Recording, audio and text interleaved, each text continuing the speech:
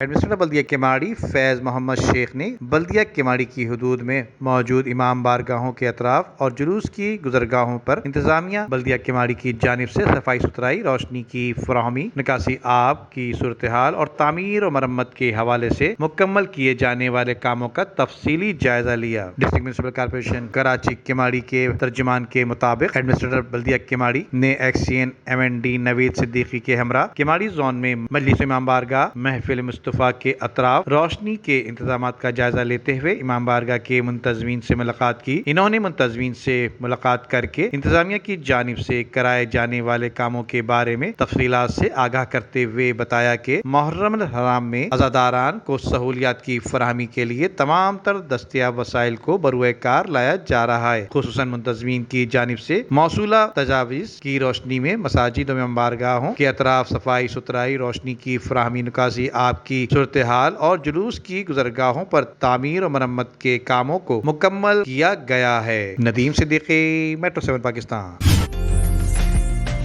عمدہ میں پکائیں اور جی بھر کے کھائیں۔